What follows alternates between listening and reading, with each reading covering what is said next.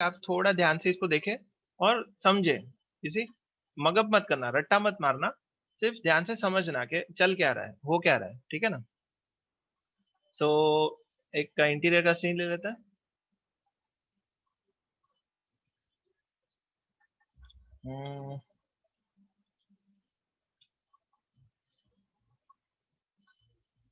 Okay, हम लोग पंडित का जो इंटीरियर का सीन था वो 15 में ओपन कर रहा हूँ, जो कि अपना ये था, क्या कह सकते हैं कि अपना पंडित का जो सीन था। अभी उसमें लाइटिंग किया हुआ जो सीन है वही ले लेता हूँ, यानी पहले से जो मैंने जिसके अंदर लाइटिंग की है वही सीन ले लेता हूँ, जिसके अंदर ग्लोबल इल्यूमिनेशन भी था, रिफ्लेक्शन भी था, और उसमें डायरेक्ट लाइटिंग भी थी, इनडायरेक्ट लाइटिंग भी थी। करेक्ट है। यस यस, फोटॉन्स वाला एग्जैक्टली बराबर ना। यहाँ पे फोटॉन्स वाला जो अपना सीन है ये अपने को यहाँ पे मिल जाएगा। एंड आई एम होपिंग कि इसके अंदर टेक्सचर भी हो, टेक्सचर्स रीलोड करना ना पड़े। I think textures are there, textures है यहाँ पे। Yes, textures are there. Yes, and light is also there. इसको एक बार टेस्ट, एक छोटा सा टेस्ट रेंडर ले लेता, एकदम छोटा सा। I think 640 360 will do. Render कर लेता हूँ। देखिए इसमें कितने सारे पासेस भी मैंने बनाए हुए हैं। You can see lots of passes are there. यानी पहले आप अगर देखते हैं तो आप कहते हैं कि सर ने कितने सारे पासेस बना लिए, सी एच की, C H fill, C H रेम, बीजी की, बीजी फिल, ये वो इतना सारा पासेस है। लेकिन इन सब चीजों को हम लोग फिलहाल डिलीट कर लेंगे। Okay, I will be saying delete selected layers. और अभी आई एम श्योर कि आपको इतना डर नहीं लगेगा, you will not be feeling afraid के अरे बाप रे इतने सारे पासेस कहाँ से आ गए, इसको कैसे यूटिलाइज करेंगे, बराबर। बिकॉज यू नो कि अभी इसका मतलब क्या है, कि अगर मैंने कैरेक्टर को सेपरेट किया, बैकग्राउंड को सेपरेट किया, कैसे शेडो से उसको मर्ज करना है, तो अभी आपको वो चीजें थोड़ी प्रैक्टिकल लगेगी। You will not be feeling that it is unnecessary. In fact you yourself will be extending the passes. आप खुद ही उसको इतना बढ़ाओगे कि आप बोलोगे कि नहीं सर मुझे इसमें सेपरेट कंट्रोल चाहिए था, इसके लिए मैंने ज्यादा पासेस बनाए, विच आई वुड ऑलवेज वेलकम, कि आप भी अपना खुद का यूजर फ्रेंडलीनेस जो है वो आप बढ़ा रहे हैं। तो अभी मैं क्या करने वाला हूँ, I am going to make a new layer जिसके अंदर सारी चीजें डाल देता हूँ। Okay, everything is selected and I will be adding it along with the lights. यानी इसके अंदर जो लाइट है, yes yes, I will be sharing the scene also. ये मैं सीन को शेयर कर लूंगा। Okay, I will be unhiding the light that is a sunlight and I will be putting into a layer. तो ये जो layer रहेगा ये रहेगा render passes. Okay, no problem, you are most welcome to light it as per your choice. आप खुद अपने हिसाब से इसको अच्छे से लाइटिंग कर सकते हैं, लाइट करो, टेक्सचर करो, शेडिंग करो, हर चीज करो, बराबर ना। आप इसको 10 गुना एनहांस करके दिखाओ, ठीक है। तो देखिए पहले हम क्या करते थे कि पहले, अभी मान लो कि भाई अपने पास ये लाइट है, यानी दो लाइट है फिलहाल, एक है आपकी सनलाइट, दूसरी है आपकी स्काई लाइट, ठीक है। फिर दूसरी लाइट आपको यहाँ पे भी है, ये जो पॉइंट लाइट्स है यहाँ पे, और फिर यहाँ पे भी एक जो आपका पैसेज है, इसके अंदर भी लाइटिंग है, और यहाँ पे भी लाइटिंग है, यानी ये लैंटर्न जो है इसके अंदर से भी लाइटिंग आ रही है, ठीक है ना। तो अभी करेंगे ये कि इसके अंदर पासिस को कैसे ऐड करना है। पासिस का मतलब कि मुझे क्या चाहिए कि इसके अंदर से जो जीआई क्रिएट हो रहा है, ग्लोबल इल्यूमिनेशन क्रिएट हो रहा है, उसको हम लोग सेपरेटली देखेंगे। उसके बाद डायरेक्ट लाइटिंग है। डायरेक्ट लाइटिंग का मतलब कि जहाँ जहाँ पे ये लाइट का डायरेक्ट इन्फ्लुएंस है, यानी डायरेक्ट लाइट मतलब जो लाइट से जितना इल्यूमिनेशन फर्स्ट टाइम एमिट हो रहा है उसका illumination, plus reflection, plus shadow, plus आपका डिफ्यूज, प्लस आपका ऑक्लूजन, प्लस आपका जो भी चीजें हैं जो कि आप पहले अलग से बनाते थे, उसको हम लोग ऑटोमेटिकली कैसे होता है वो देख लेंगे। कैसे होता है कि मान लो कि हमने इसको रेंडर पासेस में डाल दिया, ठीक है, यहाँ पे रेंडर पासेस में डाल दिया, उसके बाद रेंडर सेटअप में जाएंगे। रेंडर सेटअप में जाके आप देखेंगे यहाँ पे एक टैब है, उसका नाम है पासेस, ठीक है, इसका नाम है पासेस, राइट। तो ये जो पासेस है इसके अंदर आपको ये करना है कि आपको ये सारे आपको पासेस दिए गए हैं यहाँ पे। ओके, पास लिस्ट, ठीक है। तो इसमें देखिए आपको क्या मिल रहा है, 2D motion vector, 3D motion vector, ambient radiance, ambient material colour, ये वो बहुत सारी चीजें हैं इसमें। करेक्ट है। तो इसमें से हमें वो वाली चीजें लेनी है जो कि हमें हमें जिसका काम करना है ना, हमें जिसकी जरूरत है। तो यहाँ पे देखिए, यहाँ पे एक पास है जिसका नाम है इनकंडेसेंस। इनकंडेसेंस करके एक पास है, ठीक है। तो एक काम करता हूँ, मैं यहाँ पे एक ऑब्जेक्ट क्रिएट कर लेता हूँ। एक ऑब्जेक्ट क्रिएट करता हूँ, स्फीयर। ओके। और जिसके अंदर मैं एक चीज डाल दूंगा, जिसको ये एक्चुअली डिफॉल्ट लाइटिंग में कर लेता हूँ use. Default lights, shading, use default material, और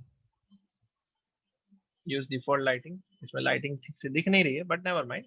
ये जो स्फीयर है, इसको मैं इस पास के अंदर डाल देता हूँ, और ये जो ऑब्जेक्ट है, इसके अंदर मैं जो इनकंडेसेंस है, इसके अंदर जो इनकंडेसेंस है उसको मैं कर देता हूँ रेड। ठीक है, इसको मैं रेड कर लेता हूँ। ओके। तो रेड करने के बाद what I will do is I will be rendering this pass. तो देखिए, यहाँ पे अगर मैं रेंडर करता हूँ तो क्या आएगा कि आपको यहाँ पे रेड कलर का एक स्फीयर दिखेगा। ये देखिए, यहाँ पे स्फीयर आ गया। ठीक है। This is incandescence, this object is having incandescence, यानी कि अगर मैं रेंडर सेटअप में जाके अगर मैं पासिस में एक पास ऐड करता हूँ जो कि है इनकंडेसेंस, तो ये इनकंडेसेंस के अंदर वो सारी चीजें दिखाएगा जिसके अंदर इनकंडेसेंस प्रॉपर्टी है। ठीक है ना। सो देखिए, इसमें ग्लो सोर्स है, फिर इसमें डिफ्यूज है, diffuse without shadows, diffuse material colour, ये वो सारी चीजें हैं। मैं एक काम करता हूँ, इन सब चीजों को सिलेक्ट कर लेता हूँ। सिलेक्ट कैसे करना है आपको, इसमें मान लो कि मैं ambient material colour, ambient occlusion, इसमें एम्बियंट ऑक्लूजन भी ऑटोमेटिक हो जाएगा। उसके बाद ब्यूटी, ब्यूटी का मतलब सब कुछ। अभी ब्यूटी तो वैसे भी जरूरी नहीं है, ब्यूटी का पास दे अलग से, तो ब्यूटी रहने देते हैं। उसके बाद में आप करेंगे diffuse material colour, diffuse without shadow, diffuse with shadow. उसके बाद करेंगे इनकंडेसेंस, फिर इनडायरेक्ट, इनडायरेक्ट का मतलब ग्लोबल इल्यूमिनेशन। उसके बाद आता है आपको ये जो आई थिंक रिफ्लेक्शन आ जाएगा, कहाँ कहाँ पे रिफ्लेक्शन है। रिफ्रैक्शन, अगर कोई ग्लास का ऑब्जेक्ट है तो रिफ्रैक्शन यहाँ पे मिल जाएगा। उसके बाद शेडो, फिर स्पेक्युलर विदाउट शेडो, स्पेक्युलर। और उसके बाद आता है आपका, ये काफी चीजें हो गई इसमें। मैट करके भी कुछ है, मैट का जरूरत नहीं है। आई थिंक ये सब चीजों को हम लोग क्या करेंगे, we will just say create. Okay. या मैट का भी बता देता हूँ, मैट का कंसेप्ट आपको समझा दूंगा एकदम अच्छे से, ठीक है ना। तो देखिए, ये सारे पासिस अपने यहाँ पे सिलेक्ट हो गए, यानी they are saying scene passes. अभी हमें ये करना है that we want to associate these passes with this render layer. बराबर है। ये देखिए, यहाँ पे हमने सिलेक्ट कर लिया। उसके बाद ये जो यहाँ पे बीच में एक चेन जैसा कुछ बटन है, यानी वो जो डायरेक्टर वाला जो एक क्लिप होती है, जो क्लिपर होता है, उसके साथ एक चेन वाला बटन है, वो क्या कहता है, associate selected passes with current render layer. ठीक है ना। और उसके पहले मुझे एक काम करना है कि मुझे फीचर्स में जाके एम्बिएंट ऑक्लूजन को ऑन कर देना है। ठीक है। फीचर्स में जाके एम्बिएंट ऑक्लूजन को ऑन कर देना है। फीचर्स में एम्बिएंट ऑक्लूजन ऑन। ओके। इसको आप भूलना मत, वरना फिर आपका एम्बिएंट ऑक्लूजन रेंडर नहीं होगा। इसको ऑन कर दिया। उसके बाद पासिस के अंदर जाके पहले सिलेक्ट किए, फिर रेंडर लेयर सिलेक्ट किया, और इसको क्लिक कर लिया। ठीक है। तो अपने ये सारे पासिस जो है, ये सारे इस रेंडर लेयर के साथ में एसोसिएट हो गए। ठीक है। यानी ये सारे पासिस क्या करेंगे, अपना जब रेंडर लेयर होगा, तो आपको जब रेंडर होगा तो पूरा का पूरा ऐसे ही दिखेगा कि कंप्लीटली आप कह सकते हैं कि it is just like beauty render हो रही है। लेकिन वो ये रहा है कि ब्यूटी के साथ साथ वो बाकी की सारी चीजों को ब्रेक डाउन कर रहा है। It is breaking down our colour, it is breaking down our shadow, it is breaking down whatever incandescence has. Ambient occlusion को भी अलग से वो उसको ये करेगा, उसको ब्रेक डाउन करेगा, and all those things will happen whenever we render our actual scene। ठीक है ना। सो ये भी आपको दिखाई देगा अभी क्या होने वाला है। तो अभी देखिए, मैं इस सीन को रेंडर करूंगा। Okay. So will have to wait for a couple of minutes so that आपको मैं समझा सकूं that what is actually happening. देखिए, मैं इस सीन को रेंडर करूंगा।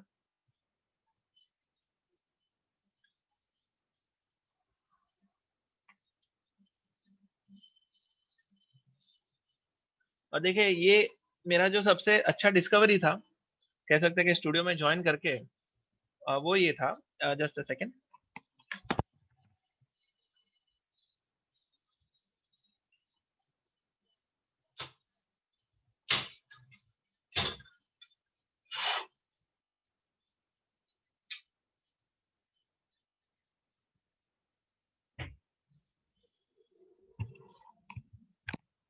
Okay, so actually I had lots of disturbance in my premises, so I've just switched off some of the, you know, uh, जो भी ऐसे डिस्टर्ब कर रहे थे साउंड नॉइसेस, उसको मैंने थोड़ा ट्राई किया कि मिनिमाइज करूं.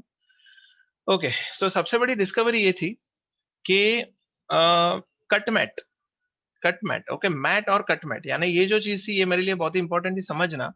क्योंकि कट मैट क्या होता है कि अगर मैं किसी बैकग्राउंड को रेंडर कर रहा हूँ, यानी along with the character, suppose I have got a scene जिसमें बहुत सारे ट्रीज है और मेरा जो कैरेक्टर है वो ट्रीज के आसपास में भाग रहा है. ओके, मेरा जो कैरेक्टर है वो उस ट्रीज के कभी आगे आ रहा है, कभी पीछे जा रहा है, कभी आगे आ रहा है, कभी पीछे जा रहा है, बराबर. वो उसके आसपास में घूम रहा है. जैसे चलो मान लो, अगर बहुत ही ज्यादा कैजुअल हम लोग अगर बहुत ही फनी सा कोई एग्जांपल ले, तो अपने जो बॉलीवुड के सीन्स होते हैं वो अभी तक एक आइकॉनिक, एक उसका डेफिनेशन क्या बन गया है, that dancing around the trees, right. वो जो फॉरेन हॉलीवुड वाले भी हमेशा हमें ताने मारते हैं कि आपके हमेशा मूवीज के अंदर सारे hero heroine they are just dancing around the trees, so let us accept that, कोई इशू नहीं है. काफी, you know, it is a very common thing which we see in the Bollywood. तो अगर आपको रेप्लिकेट करना है उस सीन को 3D में, तो 3D में हम क्या करेंगे कि आपका ट्री तो स्टैटिक है, राइट, आपका ट्री खड़ा है वहां पे वैसे ही, और आपके जो कैरेक्टर्स है वो उसके आसपास में घूम रहे हैं. तो आप सोचिए कि अगर आपकी कम से कम 150 फ्रेम है, आपके अगर 150 फ्रेम है, तो आप सिंगल ट्री को, स्टैटिक ट्री को आप क्यों 150 बार रेंडर करेंगे, जबकि वो सारे फ्रेम में सेम दिखना है. अगर वो ट्री हर एक फ्रेम में सेम ही दिखना है, तो आप उसको 100 बार क्यों रेंडर कर रहे हो. उल्टा आप क्या करोगे कि आप उस ट्री को स्टैटिक रेंडर करोगे, एक फ्रेम, सिंगल फ्रेम, जो कि आपकी 3-4 मिनट लेगी, 8-10 मिनट लेगी, तो आपने ट्री को रेंडर कर लिया, उसको एक सिंगल फ्रेम करके छोड़ दिया. उसके बाद क्या किया कि आपने जब कैरेक्टर रेंडर किया, तो कैरेक्टर को रेंडर करते टाइम आप उस ट्री का जो स्टेम है, उस ट्री का जो स्टेम है, उसका जो वो उसको क्या बोलते हैं, बार्क, तो उसको स्टेम को आप कट मैट कर दोगे. ठीक है, आप बाकी सारी चीजों को हाइड कर दोगे, आप उस ट्री के स्टेम को आप कट मैट दे दोगे. तो होगा ये कि जब आपका कैरेक्टर ट्री के आगे आ रहा है तो पूरा रिवील होगा, तो पूरा का पूरा आपको दिखेगा, लेकिन जैसे ही वो ट्री के पीछे जाएगा तो हल्का सा कट हो जाएगा, राइट. तो जब भी आपका रेंडर होगा तो जो कैरेक्टर है वो कट होके आएगा, यानी वो धीरे धीरे कट हो रहा है, कट हो रहा है, और वो बाद में अंदर चला गया. ठीक है, उसके बाद क्या होगा, वो जो पीछे जा रहा हुआ जो सीन है जिसमें कैरेक्टर धीरे धीरे करके इनविजिबल हो गया, तो उसको जब आप ट्री के साथ में कंपोजिट करोगे, आप इसने आपने ट्री का पास ले लिया, आपने कैरेक्टर का पास ले लिया, और आपने जब दोनों को मर्ज किया, तो आपका जो कैरेक्टर है जो कि इनविजिबल हो रहा था, वो एक्चुअली ऐसा दिखेगा कि वो ट्री के पीछे जा रहा है, बराबर है. तो उसको कहते हैं हम लोग, उसको ये कहते हैं कि कटमेट मिल गया. सब लोग को ये कंसेप्ट समझ में आया कि अगर आपने वो ट्री को, अगर आपने उस ट्री को कटमेंट नहीं लगाया होता, तो कैरेक्टर लिटरली पूरा का पूरा विजिबल होता all the time, even when he is actually going behind the tree. तो अगर आपने सेपरेट सेपरेट रेंडर किया और अगर आपने कटमेंट नहीं दिया, तो कैरेक्टर उस ट्री के पीछे जा रहा है वैसा दिखेगा ही नहीं. All of you are getting it. Secondly, yes, बताइए.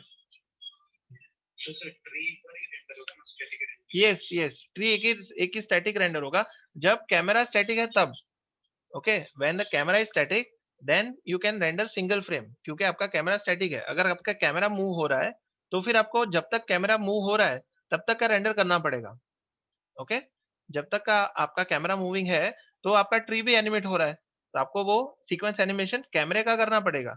लेकिन अगर आपका ऐसा कोई सीन है जिसमें कैमरा स्टैटिक है लेकिन आपका सिर्फ कैरेक्टर घूम रहा है, तो फिर आपको बैकग्राउंड को सिंगल फ्रेम करना है और कैरेक्टर को पूरा 100 फ्रेम करना है. ओके, थोड़ा कंसेप्चुअली क्लियर है, राइट.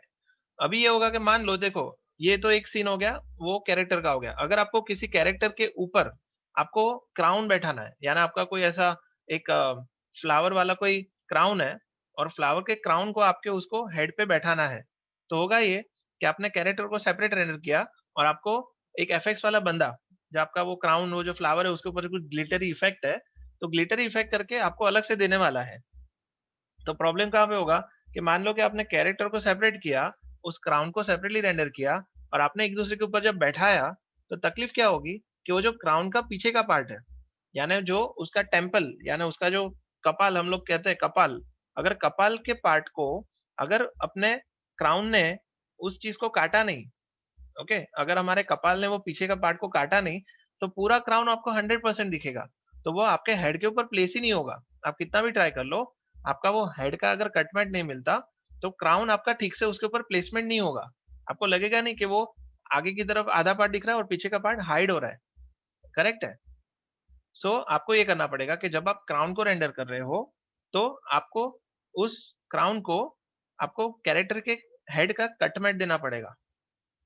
ओके, तो जब वो क्राउन रेंडर होगा तो उसको उतना पार्ट कट आउट होके दिखेगा और बाद में कंपोजिट करोगे तो ठीक से वो उसके ऊपर प्लेस हो जाएगा। यस, ऑप्शन में आपको बता देता हूँ, वो अलग अलग तरीके हैं जिससे हम लोग ये अचीव कर सकते हैं। इसीलिए आज का लेक्चर काफी इंपॉर्टेंट है कि आपको दो चार चीजें मैं कंसेप्चुअली सिखा दूंगा, फिर आपको उसका बड़ा कंटेक्स्ट पता चलेगा। क्योंकि देखिए, मैं आपको जो एक कंसेप्ट बता रहा हूँ ये 100% कट टू कट डिज्नी के टिंकर बेल में यूज हुए थे। ओके, मैं ऐसी चीज बता रहा हूँ जो कि इन प्रोडक्शन प्रोडक्शन के अंदर डिज्नी वाले इस कंसेप्ट को और इस प्रोसीजर को यूज करते थे। तो आपका भी इसको जानना बहुत जरूरी है, क्योंकि अगर वो डिज्नी वाले यूज करें दैट मीन्स कि ये प्रोसेस बहुत ही एफिशिएंट है। ओके, तो आप इतना कन्विंस रहना कि आपका जो ये कटमेट वाला कंसेप्ट है ये हर जगह पे ये एप्लीकेबल है, तो आप उससे पीछे मत हटना। Okay, don't consider this as a very small thing, it is a very huge thing, this concept itself is a very major thing. ठीक है, सो इसको जब आप समझ जाओगे ना तो आपका पूरा एज ए लाइटिंग आर्टिस्ट आप पूरे एकदम क्लियर हो जाओगे कि आपको बड़े से बड़ा सीन दिया जाए तो किस तरह से आप उसको अचीव करोगे। ठीक है, कटमेट का ऑप्शन बता देता हूँ। दूसरी बात, जो आपका मान लो कोई सीन है जिसके अंदर क्लासरूम है और क्लासरूम के अंदर बाकी सारे बेंचेस और पंखे ऊपर के हो गए, या तो पंखे अगर बंद है, अगर चालू है तो उसको एनिमेट करना पड़ेगा। लेकिन अगर आपका क्लासरूम है जिसके अंदर बेंचेस और टेबल सारे स्टैटिक है, लेकिन आपके जो स्टूडेंट्स हैं, आपके स्टूडेंट्स एक एक करके स्टूडेंट आ रहे हैं और वो टेबल पे बैठ रहे हैं, तो क्या होगा कि आपका एक सिंगल फ्रेम निकलेगा जो कि है क्लासरूम का स्टैटिक फ्रेम और जो कैरेक्टर्स आ रहे हैं वो आके अपने टेबल पे बैठ जाएंगे। तो जब भी वो टेबल पे आके बैठ रहे हैं तो आपको टेबल का कटमेट देना पड़ेगा। ठीक है, आपको टेबल का कटमेट देना पड़ेगा ताकि जब वो स्टूडेंट उसके पीछे जाए तो उसका जो जो स्टमक का एरिया है वो टेबल उसको काट ले। टेबल उसको दिखाई नहीं, टेबल जैसे सीधी बात है कि हम लोग किसी चीज के पीछे रहेंगे तो अपना वो बॉडी दिखता नहीं है। तो आपका जब कैरेक्टर रेंडर होगा तो वो पार्ट अपने को दिखना नहीं चाहिए, और अगर वो होता है तो जिक्सॉ पजल की जैसे दोनों चीज आधी आधी मिलके पूरी एक कंप्लीट चीज हो जाएगी। Like masking exactly, this is what. और ये होगा, ये सीक्वेंस एनिमेशन के हमेशा स्टूडेंट्स को टेंशन रहता था। स्टूडेंट्स को हमेशा से सीक्वेंस रेंडर का टेंशन होता था कि सर सिंगल फ्रेम तो आप बता रहे हैं, सीक्वेंस रेंडर का क्या होगा। तो अभी मैं धीरे धीरे आपको सीक्वेंस रेंडर पे लेके जाऊंगा। Okay, and this is why I am telling you all these procedures, क्योंकि धीरे धीरे आप क्लियर होते जाओगे। बराबर ना? तो वो मास्किंग हो जाएगा और इस वजह से, और उसका जो इंटरेक्शन है आपके टेबल पे अगर ग्लॉसी मटेरियल है और आपके टेबल पे जो कॉन्टेक्स्ट शेडो होगा उसका अलग से हम लोग पास निकालेंगे। दो चीज उसको मर्ज करेगी एक दूसरे के साथ में, एक तो होगा आपका रिफ्लेक्शन, दूसरा होगा आपका शेडो। तो वो जैसे हमने ऑरेंज में किया था कि पहले हमने बैकग्राउंड को लिया, उसके ऊपर रिफ्लेक्शन लगाया, उसके ऊपर शेडो लगाया और उसके बाद उसके ऊपर कैरेक्टर को बैठा दिया, तो आपका पूरा का पूरा सीन एकदम फुल प्रूफ हो जाएगा, कंप्लीट हो जाएगा। ठीक है ना? तो इस तरह से पूरा आपका जो कंसेप्ट है वो क्लियर होता है। उसके बाद देखिए, अभी मेरा ये रेंडर कंप्लीट हो गया है, it just completed and it took some 9 minutes और समथिंग, बट रीजनेबली इसका जो आउटपुट है वो काफी ठीक ठाक आ रहा है, तो उतना टाइम हम लोग को देना बनता है। अभी आता है आपका पासिस, यानी ये तो हो गया आपका ब्यूटी पास, यानी इसके अंदर सारी चीजें विजिबल है। बट यस, बताइए। सर सर, लोग स्टैटिक इमेज को तो रे ट्रेसिंग से रेंडर करेंगे, राइट? जो कैरेक्टर मूव हो रहे हैं उसको डेप्थ में शेडो से करेंगे। वो डिपेंड करेगा, वो डिपेंड करेगा, यानी समझे नहीं, रे ट्रेसिंग का क्या, फिर से बताएंगे?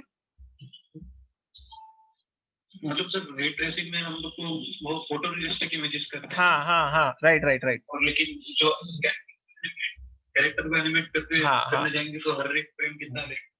यस यस यस, तो देखिए इसमें बात डेप्थ में शेडो यूज होगा ना? हाँ हाँ, डेप्थ में शेडो यूज होगा। Yes yes yes, 100%। आप जो बता रहे हैं वो एकदम ये कह सकते हैं कि अप्रोप्रिएट बात है, क्योंकि चीज ये है कि each frame we have to optimise. हमें बहुत सारे शॉट करने होते हैं तो हम अफोर्ड नहीं कर सकते कि एक एक फ्रेम को 9-9 10-10 मिनट लगे। बराबर है? तो हमें वो देखना पड़ेगा कि हम लोग शेडो ऐसे दिखाए कि डेप्थ तो अचीव हो जाए, डेप्थ और हल्का सा रियलिज्म जो कि एक एस्थेटिक्स वाली बात है वो अचीव हो जाए, लेकिन साथ ही साथ उसका टाइम भी कम रहे। तो ये अपना जॉब है। You see, it is our duty to render the best frame in the least amount of time, बराबर ना। तो वो अपना एक चैलेंज होता है हमेशा, आज दिन तक मेरा चैलेंज होता है कि एक फ्रेम को कम से कम टाइम लगे with best of the best output. Okay, या सो अभी आते हैं अपने रेंडर्स फ्रेम के ऊपर। जो हमने जो भी पासेस दिए थे यहाँ पे, ये जो एसोसिएटेड पासेस दिए थे ये वाले, अभी देखिए आप कहोगे कि सर ये रेंडर व्यू तो हो गया, लेकिन इसके पासेस को स्प्लिट होते हुए देखना है तो कहाँ पे जाएंगे? तो उसका ऑप्शन है यहाँ पे फाइल, लोड रेंडर पास, और ये देखिए सारे आपको पासेस का यहाँ पे लिस्ट मिल गया। Okay, all of you can see this, सब लोग देख सकते हैं ये जो आपको लिस्ट मिल रहा है, राइट। सो ये जो लिस्ट है ये कहाँ से निकला? अपना यहाँ से, ये जो रेंडर पासेस हमने दिए थे, ये देखिए ये वाला है। तो ये पूरा लिस्ट वही है। तो अगर मैं इसमें ए ओ क्लिक करता हूँ तो मुझे पूरा ब्लैक दिखेगा। अब ये ब्लैक दिखने का एक रीजन है, ये भी हम देख लेंगे। ब्लैक ब्लैक क्यों दिख रहा है, सारे लोग बता पाएंगे कि ये ब्लैक क्यों दिख रहा है।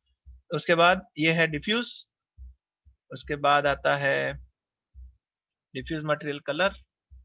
ओके, ये है colour management. Okay, let me see, diffuse file indirect. Okay, I am not seeing anything here because of some reason. देखते हैं।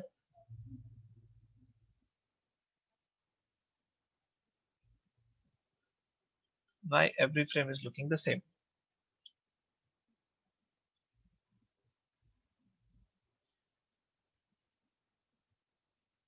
Hmm. Render pass, incandescence, indirect. Let us see direct lighting. Diffuse. Okay, I think there's some problem in this. ये इतना black क्यों आ रहा है? We'll have to see.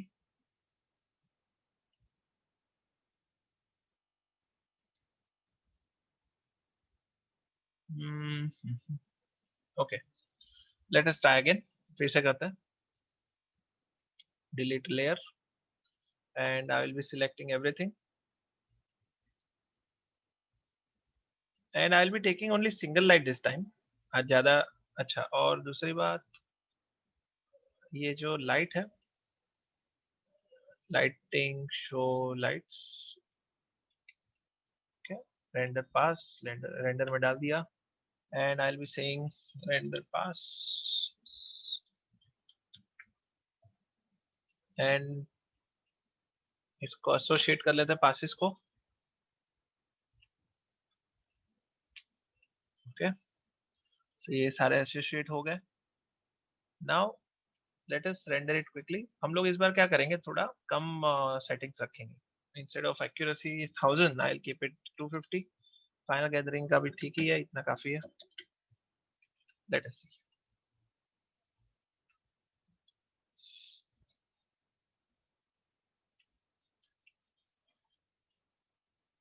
I'll be back.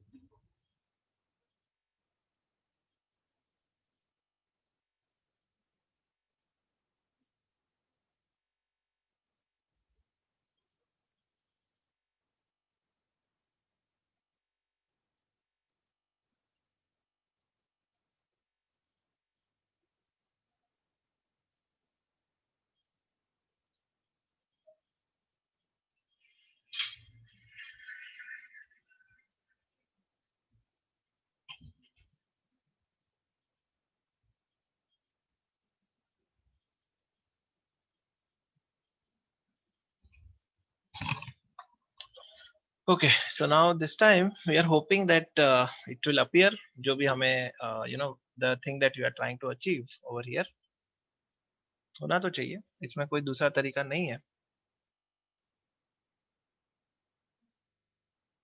It will take a couple of minutes. और आपने जो वो channels देखी होगी, you must have seen that you have got these channels जो RGB चैनल होती है और फ्लैट पासेस होते हैं, फ्लैट शेडर्स होते हैं, राइट। तो वो जो फ्लैट शेडर्स होते हैं, जो रेड, ग्रीन, ब्लू और मजेंटा, येलो, ये सब जो you know you can say you can call them matte. Okay, black, उसको ब्लैक होल भी कहते हैं। ब्लैक होल का मतलब कि वो चीज पीछे छुप जाएगी। ओके, जैसे ही अभी जैसे कैरेक्टर ये चेयर के ऊपर बैठा है, तो चेयर और टेबल जो है, now they will remain constant, they will remain static. लेकिन कैरेक्टर शायद हो सकता है कि यहाँ पे चलता चलता आके यहाँ पे बैठे, तो मेरा कैरेक्टर जो है वो यहाँ पे 100 फ्रेम्स का रेंडर होगा। मेरा ये जो पूरा बैकग्राउंड है, ये पूरा सिंगल फ्रेम रेंडर होगा। और उसके बाद में हम लोग शेडो को यहाँ पे इंटरेक्ट करके, यहाँ पे शेडो को उसके साथ कनेक्ट करके we can make him appear जैसे कि वो बैकग्राउंड के साथ चल रहा है। ठीक है, so this is how your scene will be completed. क्योंकि शेडो और रिफ्लेक्शन ही होती है दो चीज जो कि कैरेक्टर को बैकग्राउंड के साथ में अटैच करती है। ठीक है, एक तो कैरेक्टर का इन्फ्लुएंस बैकग्राउंड के ऊपर, और बैकग्राउंड का इन्फ्लुएंस कैरेक्टर के ऊपर। ठीक है, जब दोनों चीजें अचीव होती है तब जाके सारी चीजें इंटरकनेक्टेड लगती है। So that is how your sequence renders are done. और हम लोग क्या करेंगे, फ्यूजन में ही देख लेंगे। यस यस, शेडो को भी 100 फ्रेम्स रेंडर करना पड़ेगा। करेक्ट, 100%। क्योंकि उसको हम कहेंगे की शेडो। ठीक है, क्योंकि जो शेडो है वो किस लाइट का आएगा, सबसे ज्यादा प्रोमिनेंटली आपका की शेडो में से आएगा। जो की लाइट है, जैसे रोड के ऊपर अगर कोई कैरेक्टर चल रहा है और रोड के ऊपर से आपको सनलाइट का जो शेडो आएगा वो की शेडो होगा, तो वो 100 फ्रेम्स का रेंडर होगा। बाकी की जो एडिशनल डेप्थ है वो तो आपको ऑक्लूजन के थ्रू मिल जाएगी, जो कि कॉन्टेक्ट शेडो होता है। और ऑक्लूजन का एक्चुअली कोई ऑप्शन नहीं है, क्योंकि हमेशा क्या होता है कि आपका कैरेक्टर बैकग्राउंड के साथ इंटरेक्ट करता है, और बैकग्राउंड जो है वो कैरेक्टर के साथ इंटरेक्ट करता है, तो दोनों को साथ में ही रेंडर करना पड़ता है। या ना, ऑक्लूजन ऐसी चीज है जिसका आपके पास कोई फिलहाल ऑप्शन नहीं है कि आपको ऑक्लूजन में पूरा बैकग्राउंड आपको सारे फ्रेम्स रेंडर करने ही पड़ेंगे। और अगर आप उसमें बहुत ज्यादा you can turn things around, तो आप ऑक्लूजन को भी पार्ट्स में रेंडर कर सकते हो। राइट, जैसे मेजर पार्ट आपने ले लिया ऑक्लूजन का, बैकग्राउंड का, एक पर्टिकुलर जैसे स्टेडियम है, तो स्टेडियम में बहुत सारा पार्ट आपने सिंगल फ्रेम में ले लिया, और जहाँ पे गाड़ी भाग रही है उस रोड को आपने अलग से ऑक्लूजन, कार का जो रेंडर है उसको आपने सेपरेटली ले लिया और उसका अपने बैकग्राउंड के ऑक्लूजन के साथ में मर्ज कर दिया। इवन वो भी चीज हो सकती है। तो इसमें पूरा क्रिएटिवली आपको थोड़ा ये घुमा फिराना पड़ेगा सीन को, ताकि आपका रेंडर फास्ट हो जाए। So now let us see, load render pass, ambient occlusion, diffuse material colour. Okay, इसमें कहीं पे कुछ तकलीफ है, there is some problem.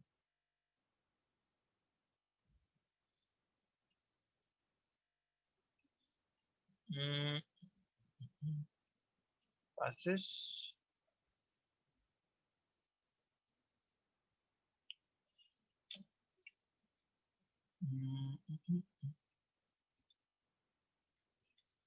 associated passes, or use layer contribution map.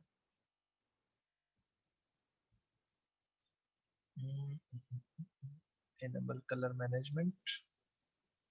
Is it because of this enable color management? जानते हैं, load करके default preset setting load कर लेता है।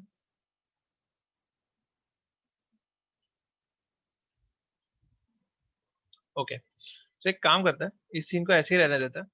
मैं आपको एक सिंपल सा सीन बता देता हूँ, यानी will see what is the issue.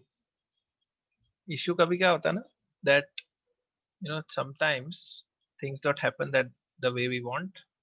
But मैं एक काम करता हूँ, एक सिंपल सा सीन, बेसिक सा सीन बनाता हूँ, जिसमें अगर वो काम कर गया दैट मीन्स कि हमारे वो सीन में कहीं ना कहीं पे कोई गलती हो रही थी।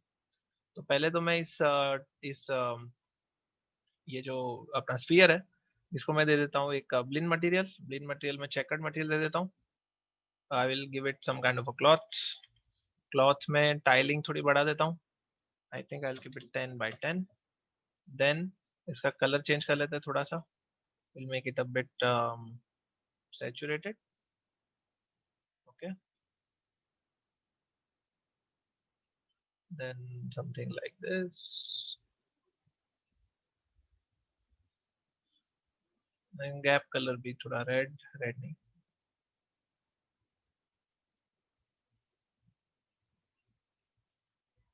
ओके जो भी है। ओके, तो ऐसा कुछ अपना स्फीयर है। अभी इसी चीज को थोड़ा बम्प भी दे देता है ताकि थोड़ा डिटेल आ जाए। इसका प्लेस टू डी टेक्सचर था 10:10, तो नीचे बम्प में भी दे देते हैं 10:10 क्लॉथ। ताकि उसका पैटर्न मैच हो जाए। 10:10।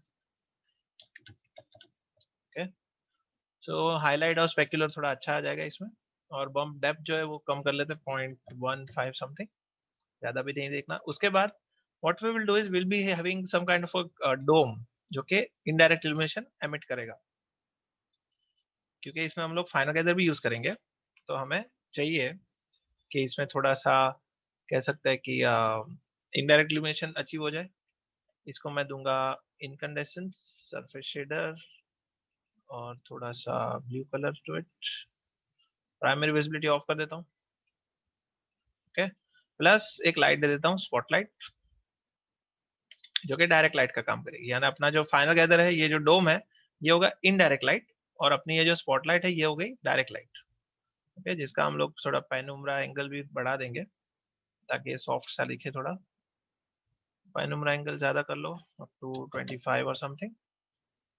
और मैं ये करने वाला हूँ that I am going to give reflection to this ground also, जिसके ऊपर भी हम लोग कुछ वुडन मटेरियल दे देते हैं। Let us give it some kind of a wooden material. Yes, sir जो डोम आपने बनाया वो मतलब स्फीयर है कि डोम लाइट है? नहीं स्फीयर है, स्फीयर है। अपने मेंटल रे के अंदर डोम लाइट है ही नहीं। ओके, राइट, आर्नोल्ड में है, बाकी किसी में नहीं है। ओके, या सो ये हो गया आपका वुडन वुडन टेक्सचर। इसको देंगे रिपीट यूवी बाय 4:4। और इसमें भी बम्प मैप दे देते हैं। Bump mapping file 0.25 and file will be of the bump। Okay, और इसका भी टाइलिंग होना चाहिए, कितना होना चाहिए, 4:4। ओके, सो टाइलिंग बम्प का जो है ये भी टाइलिंग हो गया 4:4। ओके, करेंटली आपको किसी भी स्टूडेंट को जब लगे, अगर लगता है कि सर थोड़ा फास्ट जा रहा है, मैं इसीलिए थोड़ा क्विकली कर रहा हूँ, because I want to see that what mistake were we doing in that particular interior scene. क्योंकि जनरली ऐसा होता नहीं है कि वो पासेस का जो इफेक्ट ना दिखे, इसलिए मैं इस सीन को थोड़ा basic I am just trying to see that what was the issue. तो सिंपल सीन में अगर आ जाता है, दैट मीन्स कि वो बड़े सीन में भी होना चाहिए। ओके, तो देखिए मैं अभी मेंटल रे का फाइनल गैदर ऑन करूंगा। मेंटल रे, इनडायरेक्ट लाइटिंग, फाइनल गैदरिंग, और उसके बाद फीचर्स में एम्बिएंट ऑक्लूजन, और पासेस भी ले लेते हैं अभी। कौन से लेंगे, ambient occlusion, ambient material colour, या तो कम पासेस लेते हैं, एक एक करके लेते हैं, इतने सारे एक साथ में नहीं डाल देते। I will say diffuse material colour, diffuse without shadow, diffuse. Then I will be taking indirect, indirect के बाद I think reflection and specular बनता है। या so these many things I think we can take. Create passes हो गए। इसको मैं अभी इन सब चीजों को यहाँ पे डाल देता हूँ एक रेंडर लेयर में। Now they will be called as render passes. Okay, और इन सब चीजों को ये सिलेक्ट करके यहाँ पे एसोसिएट कर लेता हूँ। ठीक है, तो अभी रेंडर कर लेंगे। Will be rendering this. ठीक है, ये रेंडर हो गया। अभी मुझे देखना है कि ये स्प्लिट हुआ है कि नहीं। ये सीन जो है ये अलग अलग पास में स्प्लिट हुआ है कि नहीं, तो देखते हैं। फाइल, लोड रेंडर पास, डिफ्यूज मटेरियल कलर। तो डिफ्यूज मटेरियल कलर में आपको दिखेगा कि यहाँ पे एम्बिएंट कलर है, राइट। ये देखें यहाँ पे एम्बिएंट कलर आ गया। इसके बाद लोड रेंडर पास, डिफ्यूज, तो इसमें कलर होना चाहिए, यानी डिफ्यूज विद शैडो। देखिए दो चीजें आपको मिलेगी, एक है आपका डिफ्यूज नो शैडो, यानी ये अगर मैं इसमें आगे पीछे जाके देखूं, मेरे ख्याल से यहाँ पे देखिए आपको मिलेगा, ये है diffuse. Okay, this is diffuse with shadow and this is diffuse without shadow. Correct है, इसमें शेडिंग है लेकिन शैडो नहीं है। ठीक है, उसके बाद आता है आपका रिफ्लेक्शन, यानी लोड रेंडर पास, इनडायरेक्ट। इनडायरेक्ट का मतलब ये जो स्काईलाइट अपना जो इनडायरेक्ट, ये जो डोम है, ये क्या कर रहा है, अपने सरफेस के अंदर से ही लाइट को एमिट कर रहा है। तो ये तो इनडायरेक्ट हो गया ना। तो इनडायरेक्ट के अंदर आप दिखेंगे कि देखिए आपको स्काईलाइट, पूरा स्काईलाइट जैसा इफेक्ट आ रहा है, जिसके अंदर ब्लू लाइट का इफेक्ट है। देखिए जब लोकल कलर है, आप समझ रहे हैं, ये जो लोकल कलर है, इसके अंदर और इसके अंदर आपको डिफरेंस क्या दिखेगा कि ये इसका एक्चुअल कलर है टेक्सचर का। आपने अगर लाइट के अंदर व्हाइट कलर रखा तो आपको ऐसा आउटपुट मिलेगा जो कि इसका लोकल कलर है, एक्चुअल टेक्सचर ऐसा है। लेकिन आप जब इसके ऊपर ब्लू लाइट डालते हो तो ब्लू लाइट का इन्फ्लुएंस की वजह से इसका टेक्सचर में चेंजेस हो रहे हैं, बराबर है। यानी आप अगर अपने आप को दोपहर में देखोगे और इवनिंग में देखोगे तो इवनिंग में आपका जो इल्यूमिनेशन है वो चेंज हो जाएगा। अगर आप दोपहर में खड़े रहोगे तो दोपहर में आपका जो एक्चुअल स्किन कलर है या तो एक्चुअल वो बिल्डिंग का या किसी भी ऑब्जेक्ट का कलर है वो लोकल टेक्सचर उभर के आएगा, क्योंकि उसमें व्हाइट लाइट है। इसमें स्काईलाइट की वजह से यहाँ पे ब्लू लाइट का इन्फ्लुएंस दिख रहा है। तो इसने क्या किया, इनडायरेक्ट लाइट को अपने को सेपरेट करके दे दिया। अब इसमें दूसरी कौन सी चीज है, एम्बिएंट ऑक्लूजन है। एम्बिएंट ऑक्लूजन देख लेते हैं। अच्छा, एम्बिएंट ऑक्लूजन डाला नहीं है, वो डाल देते हैं। उसके बाद है स्पेक्युलर। स्पेक्युलर का मतलब जो हाईलाइट होती है, हाईलाइट भी आपको यहाँ पे सेपरेट होके मिल गई। ये देखिए, can you all see this? ये स्पेक्युलर है। स्पेक्युलर यानी हाईलाइट जो आप ऑरेंज में सेपरेटली देते थे, उसमें मैन्युअली देते थे, इसमें ऑटोमेटिकली होके आ गई। राइट, इसमें ऑटोमेटिकली ये होके सेपरेट होके मिल गई। अभी आता है रिफ्लेक्शन। रिफ्लेक्शन का मतलब कि ये ग्राउंड का जो इमेज है वो ऑरेंज पे दिखेगा, या तो ये ग्राउंड का इमेज है ये बॉल पे दिखेगा, और ये बॉल का जो, हाँ बोलिए, बताइए।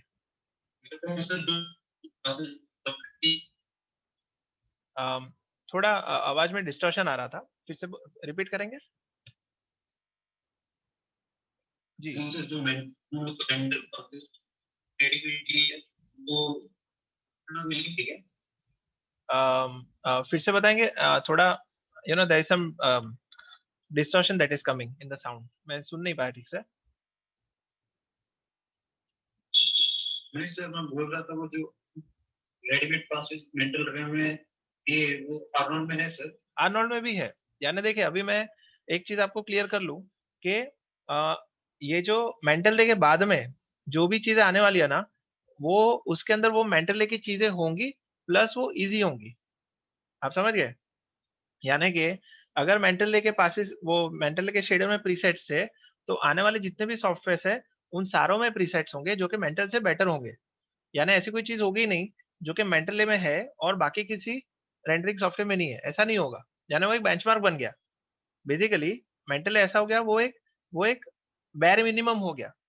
मेंटल इज अ बैर मिनिमम, उसके अंदर ग्लोबल इल्यूमिनेशन है, तो कोई ऐसा रेंडरिंग सॉफ्टवेयर आएगा ही नहीं जिसमें ग्लोबल इल्यूमिनेशन नहीं है। उसमें होगा, प्लस उससे फास्टर भी होगा और बेटर भी होगा। अंडरस्टूड? तो मेंटल में जो है वो तो वहीं पे रहेगा, प्लस आने वाले सॉफ्टवेयर उससे और फर्दर फास्टर और बेटर होंगे। बराबर है। यानी पहले क्या था, मेंटल रे और वीरे था। पहले मेंटल डे और वीरे था, तो उन दोनों में मारामारी चल रही थी कि वीरे बोलेगा मैं ज्यादा फोटोरियलिस्टिक आउटपुट देता हूँ, मेंटल डे कहता था कि मैं ज्यादा प्रोडक्शन फ्रेंडली हूँ। तो दोनों में मारामारी हुई, तो वीरे भी थोड़ा आगे बढ़ा, मेंटल डे भी आगे बढ़ा, और फिर निकला क्या, आपका आर्नोल्ड निकला, लूमियन निकला, कोरोना निकला, उसके बाद आपका एफस्टॉर्म निकला, रेडशिफ्ट निकला, और मतलब रोज बरोज मैं तो देखता हूँ कि इतने सारे अनरियल इंजन भी आ गई। तो वो एकदम बढ़ोतरी हो गई आपके रियलिज्म के अंदर। ठीक है, तो मैं आपको आज क्या दिखाने वाला हूँ, मेंटल डे का भी ये एप्लीकेशन दिखा रहा हूँ, प्लस आर्नोल्ड का भी उसके साथ रिलेशन कैसे वो दिखा देता हूँ, बराबर ना। ओके, तो ये देखिए, अपना कंसेप्ट तो क्लियर था। आप समझ रहे हैं अपना जो स्फीयर का जो सीन था, वो सीन हम अगर अचीव कर सकते हैं तो फिर तकलीफ कहाँ पे हुई, वो इंटीरियर वाले सीन में। तो देख लेते हैं। अब तक का सारा क्लियर है? अभी तक सब लोग समझ गए क्या हो रहा है अपने सीन के अंदर? एवरीवन इज क्लियर राइट, कि पासेस किस तरह से काम कर रहे हैं। यानी आपका एक जो फाइल बना, एक जो ब्यूटी पास बना, उसमें बाकी सारी चीजें जो आप पहले मैन्युअली करते थे, वो चीजें आपको अभी ऑटोमेटिकली मिल गई। बराबर ना। पहले आपको मैन्युअली करना पड़ता था, स्पेक्युलर अलग से निकालो, एम्बिएंट पास अलग से निकालो, शैडो पास अलग से निकालो, वो मगजमारी होती थी। अभी इसमें थोड़ा ऑटोमेटिक हो गया। अभी हम लोग फिर से वो इंटीरियर का सीन निकालते हैं और देखते हैं कि भाई तकलीफ कहाँ पे थी। ठीक है ना। Why not try it on a major scene. अभी थोड़ा बड़ा सीन ले लेते हैं, और इसके अंदर क्या करेंगे, will be again trying to achieve what we want. Okay, ये एक वन प्लस का बहुत ही अच्छा एक टैगलाइन है, never settle. Right, never settle, यानी जब तक आप अपने टारगेट तक नहीं पहुंचते, या तो कभी आप तो पहुंचोगे ही नहीं, हम कभी पहुंचते नहीं है टारगेट पे, but we should never settle unless and until we get it right. Unless and until हम अपने आप से कन्विंस नहीं हो जाते, तब तक हमें सेटल नहीं होना है। तो let us see what was the issue that was happening when we were doing our previous scene. कहाँ पे तकलीफ थी? तो और कुछ नहीं करना, we just have to start over, which is very easy. हमें सिर्फ फिर से स्टार्ट करना है, दैट्स इट। तो let us see, now I will be taking one of the lights जो कि रेंडर में कम टाइम लेगा। आई विल बी व्हाट यू से, बाकी सारी लाइट्स को मैं ऑफ कर लेता हूँ, यानी आई will B not be selecting any the light, that is the lamp, दिया लाइट और वो सब। मैं सिर्फ एक सनलाइट ले रहा हूँ और अपना रूम ले रहा हूँ और उनको रेंडर लेयर में डाल रहा हूँ, ठीक है। तो इसको ले लेते हैं रेंडर पासेस, फिर से नाम वही। Then we will be selecting mental layer which is fine, passes भी ठीक है। तो इस बार भी क्या करेंगे, that we will be adding the passes. Passes कौन से होंगे, will be taking a few passes first, धीरे धीरे करके ऐड करते हैं। जैसे हमने ले लिया यहाँ पे डिफ्यूज, डिफ्यूज ले लिया, diffuse without shadows, diffuse material color, then comes your indirect, and जो सबसे ज्यादा इंपॉर्टेंट पास है दैट इज शैडो, स्पेक्युलर। बस इतना काफी हो गया। अभी इन सब पासेस को ले लिया, उसके बाद मैंने ये लेयर को सिलेक्ट करके इन सब पांचों पासेस को मैंने यहाँ पे ऐड कर दिया, ठीक है। तो नाउ एक छोटा सा रेंडर लेके देखते हैं कि भाई इस बार आता है कि नहीं। Okay, let's pray and let me tell you, ये बहुत ही आपको स्पिरिचुअल बना देगा। यानी इट मे साउंड फनी, ये जो मैंने अभी आपको एक स्टेटमेंट दिया, लेकिन आप रेंडरिंग और लाइटिंग जब करोगे ना, तो वो आपको लिटरली आपको आपके रिलीजन को फॉलो करने को बहुत ज्यादा मोटिवेट करेगा, क्योंकि इसमें ऐसी ऐसी चीजें होती है in which only a god can help. क्योंकि you know when you are waiting and आपका वो आउटपुट नहीं निकल रहा है, आपको जो इफेक्ट चाहिए वो शायद नहीं आ रही है, लेकिन आप जब अपने अपने आप को ट्रस्ट करोगे और अपने यू नो याद करोगे every time the thing that you follow the most, तो तब जाके शायद आपकी चीजें थ्रू हो जाए। तो ये आपको बहुत ज्यादा स्पिरिचुअल बना देगी, नास्तिक से आस्तिक बना देगी लिटरली। आपके पास ऐसे ऐसे इंसिडेंट्स आएंगे and you know you will be praying कि बस चीजें खत्म हो जाए अपने हिसाब से। क्योंकि आपका जो स्टेज है वो सबसे ज्यादा क्रूशियल होता है, सब लोग उसके ऊपर वेट करते रहते हैं and you know if it doesn't come out then you are tensed. ये देखिए, ये हो गया आपका डिफ्यूज मटेरियल कलर। और दूसरा देखते हैं डिफ्यूज, एक्चुअली ये ग्लिच है। I think this is a glitch, क्योंकि देखिए इसमें तकलीफ ये है, इसमें हर एक इमेज में सेम ही दिख रहा है, यानी literally it is acting funny, you getting it. यानी how can a specular have all these things, ये कैसे हो सकता है, इजंट इट। यानी ग्लिच है, यानी बेचारा कोई स्टूडेंट अगर पहली बार करता तो कहता कि सर मेरा वो सेम आउटपुट बार बार आ रहा है, तो मैं कहूंगा नहीं आप फिर से चेक करो, फिर से ट्राई करो। But see this is a glitch actually, it's a genuine glitch. कि अगर ये डिफ्यूज शैडो में भी अगर ये दिखा रहा है, that means that it is not working, it is not working because of whatever reason. अभी एक ही काम कर सकते हैं, देखिए मैं अभी आपको ट्रबल शूटिंग बताता हूँ। ट्रबल शूटिंग में क्या करना है, सारी चीजों को लिया, वी टुक एवरीथिंग, लाइट को पकड़ा, ये ऑब्जेक्ट को पकड़ा, file, export selection. Export selection करके मैं मान लो कि इसको मैं सेव कर लेता हूँ अपने किसी ड्राइव पे, वर्क एंड आई से ट्रबल शूटिंग, यहाँ पे एक नया फोल्डर बनाता हूँ ट्रबल शूटिंग करके। देन यहाँ पे मैं सेव करूंगा ट्रबल शूटिंग 1। ओके, तो ये फाइल एक्सपोर्ट होगी, यानी ये जो अपने ऑब्जेक्ट्स है सारे के सारे एक्सपोर्ट हो गए। अभी मैं करूंगा new scene, don't save, file import, और ट्रबल शूटिंग का जो फाइल है, अच्छा वो फाइल सेव नहीं हुई शायद से, इज इट, ठीक है नेवर माइंड, फिर से कर देते हैं। recent files gi2, I just select one of the spotlights and select the objects, उसको शायद MA में करना पड़ेगा, file, export selection and troubleshooting 1। अभी सेव हो गया, new scene, don't save, file और इंपोर्ट ट्रबल शूटिंग 1। तो अभी हमने वो सारे ऑब्जेक्ट्स को इंपोर्ट कर लिया, ठीक है। अभी इसमें टेक्सचर भी आ गए हैं शायद से, I think textures are also there, fine. सिर्फ एक कैमरा रह गया है, ये कैमरा भी है इसमें, चलो ठीक है कैमरा भी आ गया है। अभी हमें ये करना है, फिर से सारी चीजों को सिलेक्ट करो कैमरे के साथ में, रेंडर लेयर में चले जाओ, रेंडर पासेस, कैमरे में चले जाओ, then go to passes, select mental ray, passes, select the passes that you want. Beauty तो नहीं चाहिए, diffuse without shadow, diffuse material color, yes yes yes, light को भी करना है, indirect भी आएगा इसमें क्योंकि final gathering on है, then आएगा shadow और specular, okay, yes, reflection भी देते हैं, create, and then select these passes and then render layer select करके associate कर लो. Now let us go to our render view and test resolution आधे से थोड़ा ज्यादा, ठीक है, इतना ठीक है, रेंडर, ओके, कैमरा गलत हो गया, रेंडर, ओके, शायद से फाइनल गैदरिंग ऑफ है, फाइनल गैदरिंग को ऑन कर दो, global illumination final gathering on, and then again render it. देखिए अभी आपको फाइनल गैदरिंग की वजह से पूरा आपको पता चलेगा कि कितना ज्यादा इनडायरेक्ट बाउंसेस हो रहे हैं, बराबर ना. देखिए ये आपका इल्यूमिनेशन है. Now again go to load render passes and try to load it. What it says, ये है आपका image file does not exist. Okay, ये जो इमेज फाइल है, this path is actually creating some problem. Image file does not exist, ठीक है, तो इसको इमेज पाथ कुछ और दे देते हैं यहाँ पे. ये जो है ना, यहाँ पे रेंडर पासेस वाला प्रोजेक्ट विंडो में ये जो ये है अपना, जहाँ पे जा रहा है टेम्पररी, यहाँ पे तकलीफ हो रही है, सो इसको चेंज कर लेते हैं. पाथ एंड फाइल नेम ज्यादा बड़ी हो गई है, so maybe we can just say one नाम दे देते हैं. अभी देखते हैं, क्लोज, अभी रेंडर पास करते हैं, render,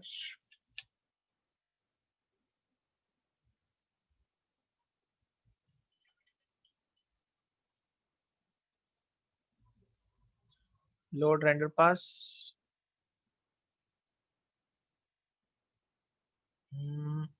file image file does not exist, work color management tmp, image file does not exist. Okay, so it is not able to save the temporary image onto my hard disk some way or the other.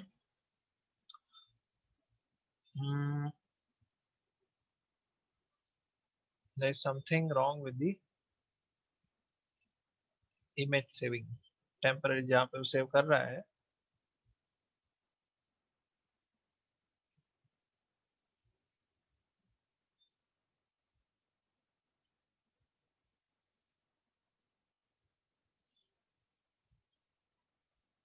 images,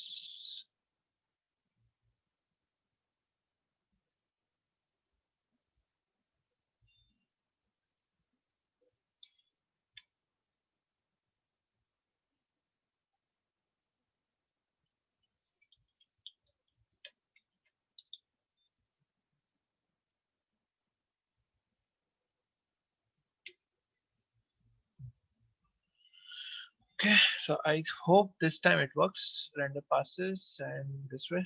Okay, T software Maya 15 script other render window panel MEL line 2063. Okay,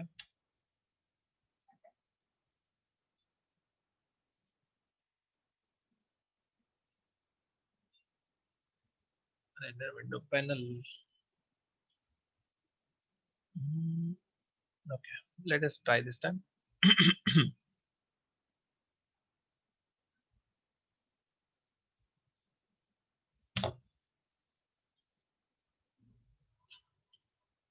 load render pass, देखिए आ गया.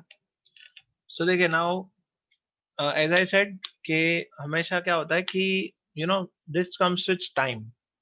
ये जो छोटी मोटी चीजें है ना, यानी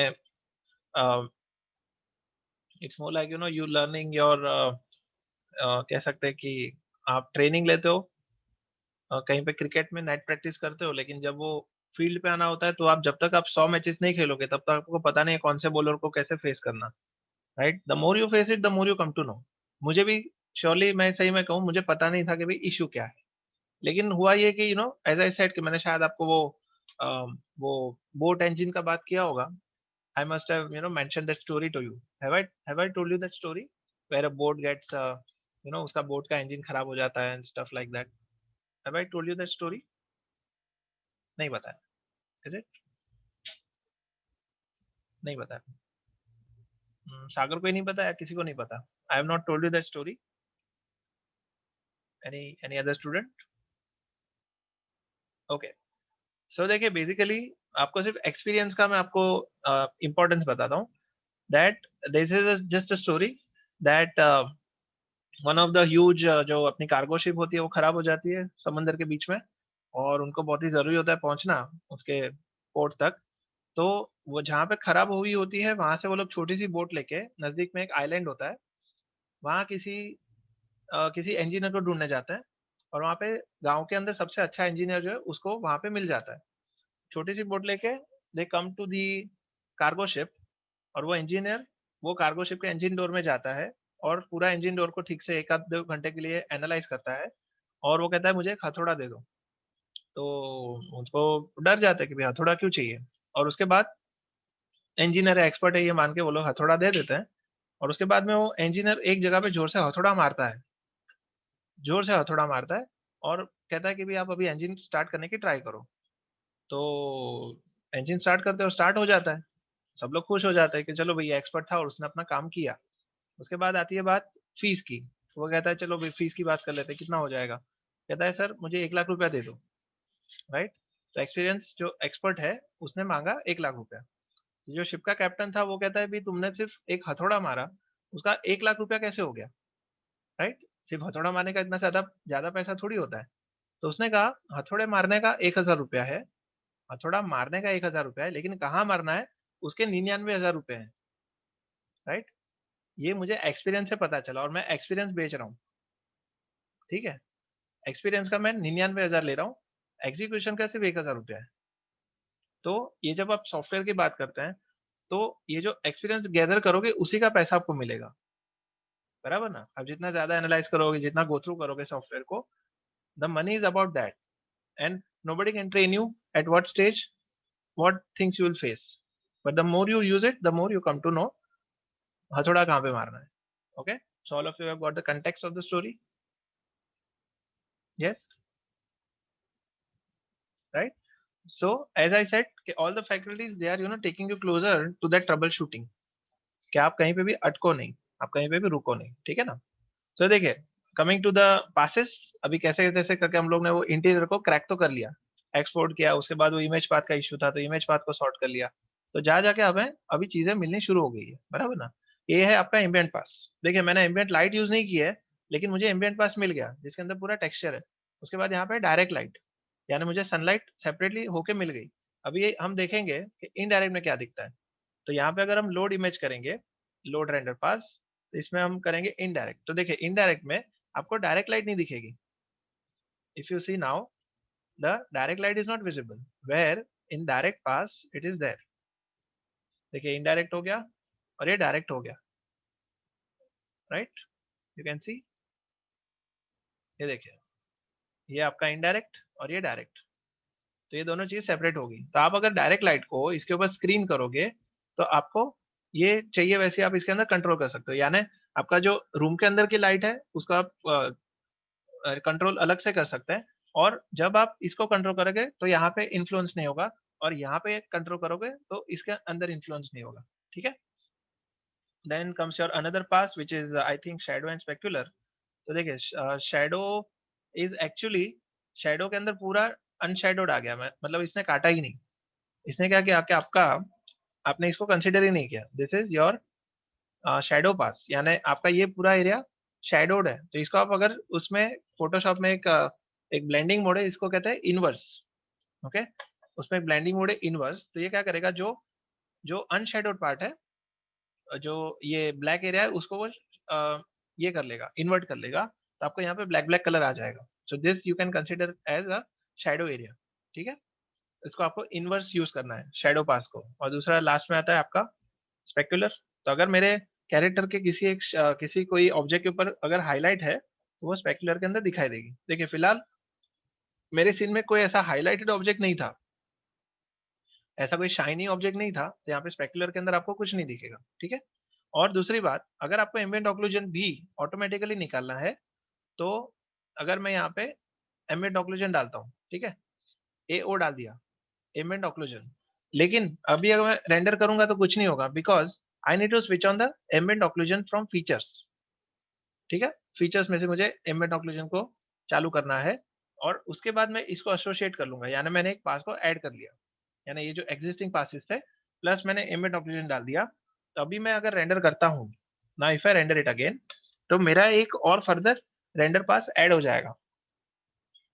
ठीक है, यानी direct, indirect, diffuse, material, colour, this and that plus ambient occlusion. अभी थोड़ा टाइम ज्यादा लगेगा क्योंकि हमने एक पास को ऐड किया एम्बिएंट ऑक्लूजन को, तो उसका कैलकुलेशन थोड़ा बढ़ जाएगा।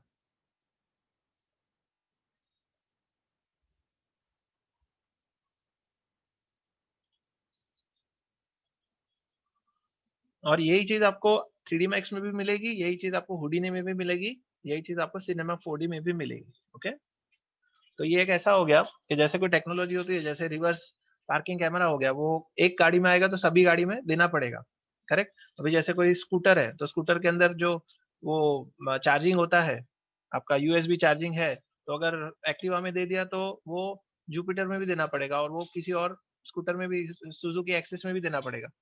तो आप इसको ऐसे समझो कि मेटल ले में अगर ग्लोबल इल्यूमिनेशन है तो ये एक चीज डेवलप हो गई, और सारे जितने भी रेंडरिंग सॉफ्टवेयर है उसके अंदर वो चीज तो ऐड करनी ही पड़ेगी, वरना वो सॉफ्टवेयर जो वो काइंड ऑफ उसको वैल्यू नहीं मिलेगी, इसी वो किसी तरह से इंफीरियर गिना जाएगा, बराबर। सो मेंटल ले is more like a overall package जिसके अंदर से सारी चीजें स्प्लिट हुई। तो देखिए ये रेंडर हो गया, अभी हम लोग फाइल लोड रेंडर पास करेंगे तो यहाँ पे AO करके एक अलग से एक यहाँ पे लिस्ट में एक ऐड हो गया है, तो AO को क्लिक करूंगा तो देखिए यहाँ पे तकलीफ क्या हुई है कि रेंडर हुआ है लेकिन इतना डार्क रेंडर हुआ है। सबको पता है इसका रीजन? सबसे पहले कौन बताएगा इसका रीजन, ये इतना ब्लैक क्यों आ गया? Everybody knows the reason behind this.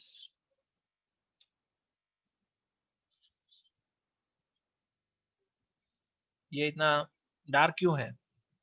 Everybody knows, एक एक टर्म है जो कि हमेशा, yes, you are close, actually maximum distance, यानी मेंटल रे के अंदर मैक्सिमम डिस्टेंस करके जो आपको ये वो टर्म है, तो मैक्सिमम डिस्टेंस की वजह से ये चीज इतनी डार्क दिख रही है।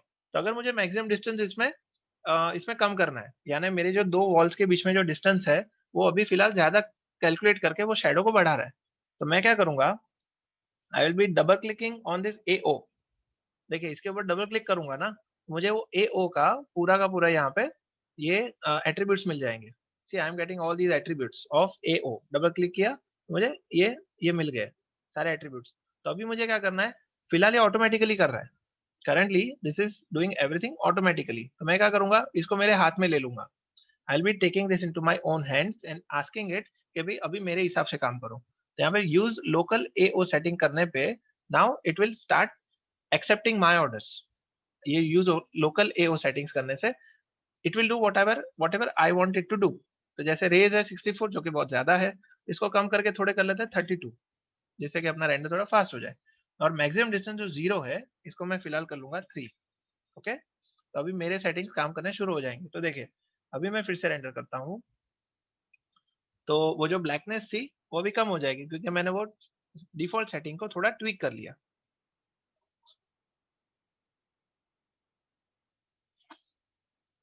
अभी रेंडर भी फास्ट होगा क्योंकि पहले वो 64 गिन रहा था, लेकिन अभी 32 सैंपल्स को ले रहा है, और लोड रेंडर पास करके AO में जाएंगे। तो आप देखिए आपका ये जो ऑक्लूजन वो आने लगा। अगर आपको लगे कि सर इसमें थोड़ा ये शेडिंग बढ़नी चाहिए, यानी कॉन्टेक्स्ट शेडो बहुत ही ज्यादा जस्ट ऑन द कट्स आ रहे हैं, तो अगर मैं इसको यहाँ पे मैक्सिमम डिस्टेंस को बढ़ाऊंगा अप टू 15, ठीक है, तो now you will see that the greyness will increase क्योंकि आपका मैक्सिमम डिस्टेंस बढ़ रहा है।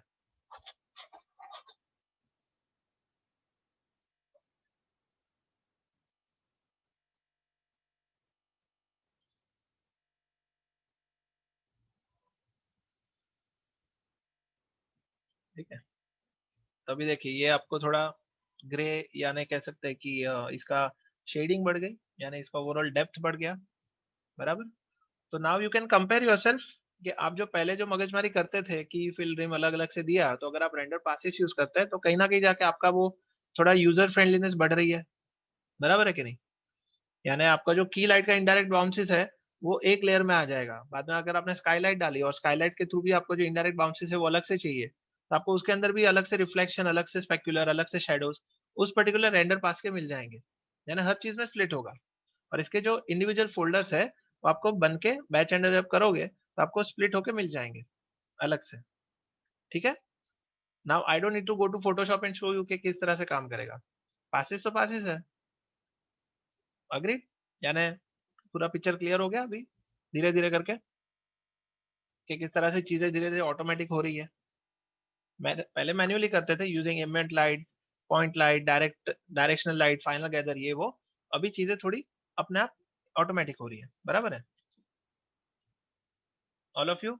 और इसके अंदर कोई डाउट्स है किसी को खास? Is anybody having any specific doubts regarding this कि मेंटली में कैसे? यस यस, टेल मी, बताइए। सर हम लोग को काम कम हो गया, मतलब आर्नोल्ड रेंडर में कैसे काम करेगा? ठीक है चलो, मेंटली तो यूज नहीं कर सकता। ठीक है चलो, मतलब पासिस का तो कंसेप्ट समझ में आ गया, राइट? अभी मैं आर्नोल्ड पे आ जाता हूँ। यानी सबको Yes. क्यूरियोसिटी होगी कि चलो सर आपने मेंटल में तो कंसेप्चुअली दिखा दिया, लेकिन आर्नोल्ड में कैसे काम करेगा? तो देखिए मैं आर्नोल्ड में लेके जाता हूँ, इसी सीन को मैं आर्नोल्ड में करता हूँ, जिसके अंदर मैं मेंटल तो मेरे पास भी नहीं है, तो मैं आर्नोल्ड में रेंडर करके आपको दिखाऊंगा कि कितना फास्ट है और कितना एफिशिएंट है। ठीक है?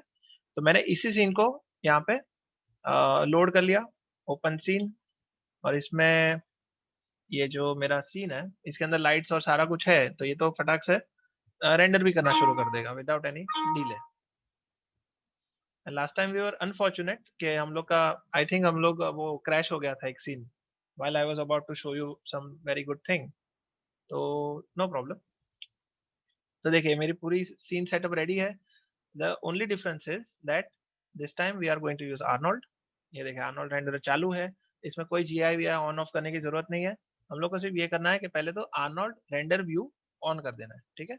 और इसका भी टेस्ट रेजोल्यूशन छोटा कर लेंगे ताकि ज्यादा वो लैग ना हो। ओके, इतना बड़ा रेजोल्यूशन है तो छोटा कर लेते हैं। देखिए मैंने प्ले बटन क्लिक कर लिया, तो now it is not working as it should. यानी सीधी बात है कि ये दो लाइट में ज्यादा इंटेंसिटी है और यहाँ पे भी इसके शेडोज बहुत ज्यादा शार्प है।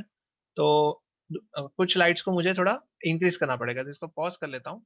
And I will be increasing the intensity plus exposure of some of the light. जैसे ये हो गई, इसका मैं एक्सपोजर यहाँ पे बढ़ा देता हूँ। आर्नोल्ड में जाके एक्सपोजर आई थिंक 10 अभी के लिए। यूज कलर टेम्परेचर 3500, या तो फिर ऊपर का यही रहने देता हूँ, ये ऊपर वाला, this will remain as it is. फिर आता है आपका अंदर का जो लाइट है, पॉइंट लाइट, जिसका शेडो बहुत शार्प आ रहा था क्योंकि इसका जो रेडियस है ये 0 है, राइट? इसमें वो कंसेप्ट आ जाता है, larger the light softer shadow, smaller the light sharper shadow. तो रेडियस में बढ़ा देता हूँ 10 या 5 जैसा कुछ। देन यहाँ पे जो स्काईलाइट है, तो स्काईलाइट का भी एक्सपोजर बढ़ाना पड़ेगा। आर्नोल्ड, इसको करूंगा 10 फिलहाल के लिए। और बाहर से जो मूनलाइट आ रही है या तो सनलाइट आ रही है, वो स्पॉटलाइट यहाँ पे हिडन है, तो फिलहाल मैं स्पॉटलाइट को हिडन ही रखता हूँ। अभी आर्नोल्ड रेंडर में देखते हैं कैसा दिखेगा। ये देखिए अपना सीन रेंडर हुआ है। अभी तकलीफ कहाँ पे है? ये जो पैसेज में से जो लाइट आ रही है बहुत ही ब्राइट हो गई, इसका थोड़ा इंटेंसिटी कम करते हैं और इसका शेडो भी, रेडियस भी थोड़ा बढ़ा देते हैं। Radius I think I will keep it 5, exposure भी 5, एंड इंटेंसिटी तो 20 है तो 10 कर लेते हैं। और ये जो लैंटर्न का लाइट है उसको थोड़ा बढ़ा देते हैं। लैंटर्न का जो लाइट है उसको लेट अस स्प्लिट, और लैंटर्न का जो लाइट है उसको करेंगे एक्सपोजर 10 या 5। Yes, it is coming okay now. और इसकी जो शेडो की जो रेडियस है वो भी थोड़ी सी छोटी कर लेते हैं। रेडियस 5 है तो इसको 3 कर लेते हैं। Yes, so now we are getting there. अपने को सिर्फ वो लाइंस नहीं देखनी, वो जो आता था ना ऐसा क्रिस क्रॉस जैसा, वो नहीं देखना था। और ये जो कैरेक्टर है इसके ऊपर भी हाईलाइट आ रही है। देखिए मजे की बात ये है कि कैरेक्टर, बिकॉज आर्नोल्ड इज ना अज्यूमिंग कि ये ब्लिन शेडर है, तो ब्लिन के ऊपर ये रिफ्लेक्शन ऑटोमेटिकली कास्ट कर रहा है, बराबर। इसमें इनडायरेक्ट इल्यूमिनेशन भी हो रहा है, इसमें बहुत कुछ चीजें हो रही है। और मैं चाहूंगा कि पैसेज की लाइट थोड़ी सी बढ़ा दूं, आई think I will be increasing the passage light a bit little bit more, और मैं स्काईलाइट भी थोड़ी बढ़ा देता हूँ, यानी कूल एंड वार्म का अच्छा सा कॉम्बिनेशन हो जाएगा. Okay, so exposure I think I'll increase it to 10. Yes, this is looking much better.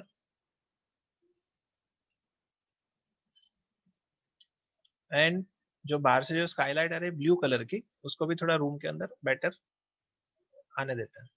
अभी देखिए जो स्टूडेंट्स कंसर्न थे कि वो मेंटल डे में यहाँ पे वो सब ब्राइटनेस यहाँ पे देखिए लाइट लीकिंग हो रही थी और वो सब जो था वो देखिए यहाँ पे नहीं हो रहा है, यानी वो एक्चुअली मेंटल डे का मैंने कहा ना कि एक ग्लिच होती है, एक बग होता है जिसके साथ आपको काम करना पड़ता है. तो it is not your something that you are doing wrong, it is that you just have to get used to that particular software, कि आपको उस सॉफ्टवेयर के हिसाब से थोड़ा अपने अपने में चेंजेस लाने पड़ते हैं. Yes, and Sagar is asking objects को एआई स्टैंडर्ड सरफेस का नीड है. एक्चुअली है, what Sagar is asking, actually हमें एआई स्टैंडर्ड सरफेस का यहाँ पे जरूरत है, करना चाहिए आइडियली. बट अगर मैं करने जाऊंगा तो क्या होगा, मुझे हर एक सरफेस को पकड़ पकड़ के उसको कन्वर्ट करना पड़ेगा. यानी अगर मैं यहाँ पे जो सरफेस है, ये जो कैरेक्टर है, देखिए इसको मुझे क्या करना पड़ेगा, ये कैरेक्टर को पकड़ा और मैंने इसमें गया, मैं इसके शेडर में जो कि फिलहाल ब्लिन रहेगा. देखिए आप सिर्फ इतना शॉर्टकट समझ लीजिएगा कि अगर वो शेडर रिफ्लेक्ट कर रहा है, दैट मीन्स कि या तो वो ब्लिन है या तो फॉन्ग है. Okay, if an object is having any kind of a highlight, then that shader cannot be lambert. lambert के अंदर आपको कभी भी रिफ्लेक्शन नहीं आएगा. ठीक है, देखिए ब्लिन है, इसको मैं चेंज करता हूँ AI स्टैंडर्ड सरफेस में. ओके, तो टेक्सचर वहीं का वहीं रहेगा. I think texture is also gone, texture चला गया, तो मुझे रीलोड करना पड़ेगा. देखिए, now I will B reloading the texture from the file that I have here. Ideally आप जब सीन को जब आर्नोल्ड में करता है, तो जैसे मैंने कहा कि ideally you should be having all the shaders AI standard surface, ताकि आपका ग्लोबल इल्यूमिनेशन और बाकी सारी चीजें अच्छे से काम करें. ठीक है ना, आप ब्लिन से भी काम कर सकते हो, डजेंट मैटर, बट उतनी भी कसर क्यों छोड़नी, है ना. Why to leave that option behind कि जिसके अंदर आप और फर्दर उसका एनहांस कर सकते हैं. क्यों कुछ छोटी मोटी चीजों के लिए you might have to compromise. पुरोहित टेक्सचर, और मैं आपको ये भी बताऊंगा कि ब्लिंक शेडर क्यों यूज नहीं करना चाहिए आइडियली. अभी देखिए ये एआई स्टैंडर्ड सरफेस हो गया यहाँ पे, तो अभी मैं चाहूँ तो इसके अंदर प्रीसेट यूज कर सकता हूँ. I can use some kind of a plastic preset, तो जिससे क्या होगा, इसके ऊपर हाईलाइट सी आ जाएगी हल्की सी. और लास्ट टाइम जो मैंने वो एस्ट्रिक्स का जो ये शेयर किया था, उसके अंदर आप देखेंगे कि बहुत सारी जगह पे सब सरफेस कैटरिंग भी यूज हुआ है, इफ यू हैव नोटिस्ड. तो उसमें बहुत जगह पे सब सरफेस कैटरिंग, यानी उसके कान जो थे, कान और नाक, वहाँ पे बहुत अच्छा सा एक ऑर्गेनिक फील आ जाता था, because they use such kind of a shader. बहुत बढ़िया है, बहुत ब्यूटीफुल लगता था. सो देखिए अभी आपको कैरेक्टर पे थोड़ा सा हाईलाइट दिखेगा, because I have use plastic shader. और देखिए प्लास्टिक में मजे की बात ये है, इसका जो सब सरफेस कैटरिंग है वो ब्लू है, यानी ये सागर ने देखा है. I hope that you like the movie. If you can share it with your friends also, your review about it, I'm sure you must have loved it. Not with regards to story or something, but with regards to its look and feel. काफी अच्छा उन्होंने lighting beautifully किया है. Correct, it looks very nice and organic. Yes, half remaining, no problem. So देखिए जो plastic था, इसके अंदर जो आपका ये सबसरफेस कलर था, यानी प्लास्टिक प्रीसेट देने के बाद क्या हुआ, सबसरफेस कलर जो है वो ब्लू था. बराबर है, तो ये आप ध्यान रखना कि प्लास्टिक का प्रीसेट दें तो इसके अंदर आप सब सरफेस कलर को ऑरेंज कर ले अगर वो कैरेक्टर है, वरना फिर वो कैरेक्टर ब्लू दिखेगा, यानी पहले लाइट गिरेगी वहां पे ऑरेंज दिखेगा, और उसका जो स्किन का कलर के अंदर का इनर पार्ट आपको शायद ब्लू दिखे, because this colour is also blue. Preset देने के बाद you need to change it. तो देखिए अभी आपको थोड़ा सा यहाँ पे हाईलाइट दिखेगा. ठीक है, सो अभी देखिए जो स्टूडेंट्स का क्वेश्चन था कि सर इसमें कैसे अचीव करेंगे जो चीज हमने मेंटल में करी थी. तो इसमें आपको सिर्फ रेंडर सेटिंग में जाना है, रेंडर सेटिंग में चले गए, इसके बाद एओवीज में आ गए. एओवीज में आपको क्या क्या देना है, you need to give your diffuse albedo. Okay, diffuse albedo का मतलब एम्बियंट होता है. एम्बियंट यानी जो कंप्लीट कहते हैं कि अनशेडेड, जैसे एम्बिएंट का आउटपुट आता है पूरा फ्लैट सा आता है, तो डिफ्यूज अल्बेडो को आपने सिलेक्ट किया और ये या तो डबल क्लिक करो या तो ये एरो पे क्लिक कर लो, ठीक है। आपने एरो पे क्लिक कर दिया, उसके बाद आता है डिफ्यूज डायरेक्ट। डिफ्यूज डायरेक्ट का मतलब जो कलर है जो कि डायरेक्ट लाइट से आ रहा है वो आपको डिफ्यूज डायरेक्ट में विथ शेडो दिखाई देगा, okay. Diffuse plus direct light becomes diffuse direct, तो आपने इसको भी दोनों को ले लिया। तो डिफ्यूज के अंदर इनडायरेक्ट प्लस डायरेक्ट दोनों है। डिफ्यूज के अंदर indirect lighting plus direct lighting with colour आएगी, और डिफ्यूज डायरेक्ट के अंदर वो ही कलर्स आएंगे जो कि डायरेक्ट लाइटिंग से इल्यूमिनेटेड है, ठीक है। इसके बाद आता है आपका ये आता है डिफ्यूज इनडायरेक्ट, यानी वो कलर जो कि इनडायरेक्ट लाइटिंग से आपको दिख रहा है वो आ गया। इसके बाद में डायरेक्ट लाइटिंग भी आ रही है जिसमें भी सेम है, जो एरिया डायरेक्ट लाइट से इल्यूमिनेटेड है। उसके बाद आता है इनडायरेक्ट जिसके अंदर रिफ्लेक्शन भी दिखेगा प्लस कलर्स भी दिखेंगे, ओके। उसके बाद आता है आपका शैडो मैट। शैडो मैट फिलहाल हमने दिया नहीं है। स्पेक्युलर डायरेक्ट, स्पेक्युलर इनडायरेक्ट, यानी कि वो हाईलाइट जो कि डायरेक्ट लाइट से आ रही है और वो वाली हाईलाइट जो कि इनडायरेक्ट लाइटिंग से आ रही है, ठीक है। ये हो गई। उसके बाद में ट्रांसमिशन। ट्रांसमिशन का मतलब कि जो अगर किसी ऑब्जेक्ट के अंदर रिफ्रैक्शन है, ग्लास, जो ग्लास होता है जिसके अंदर रिफ्रैक्शन होता है, तो ट्रांसमिशन का मतलब यहाँ पे रिफ्रैक्शन है, ओके। आर्नोल्ड में ट्रांसमिशन टर्म यूज की जाती है उन रिफ्रैक्टिव ऑब्जेक्ट्स के लिए, रिफ्रैक्टिव शेडर के लिए ट्रांसमिशन यूज किया जाता है। फिलहाल अपने पास ट्रांसमिशन नहीं है। अगर मैं ये इस ऑब्जेक्ट को, ग्लास जो है यहाँ पे, अगर इस ग्लास को मैं वो दे दूं तो मुझे ग्लास यहाँ पे दिखाई देगा एओवीज के अंदर, ठीक है। ये सब हो गया।